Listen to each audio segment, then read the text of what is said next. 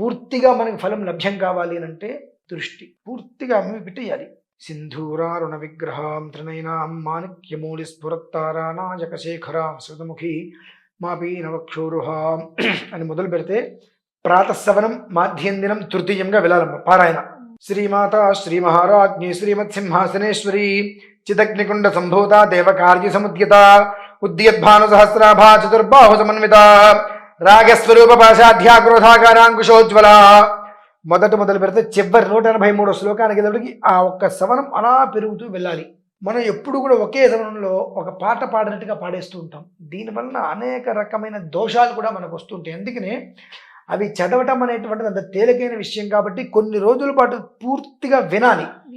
విన్నప్పుడు మనం ఏ పరిధిలో ఉన్నప్పటికీ కూడా ఏదో ఒక శ్లోకం మనకు ఉచ్చరిస్తుండాలి లోపల నుంచి. అప్పుడు అది మనకు అవగతం అవుతుంది అని తెలుస్తుంది. ఆ రోజున ఆడు చక్కగా పుస్తకం పట్టుకొని వింటూ చదువుకుంటే నోటికి దోషాలు లేకుండా వస్తాయమ్మా. ఆ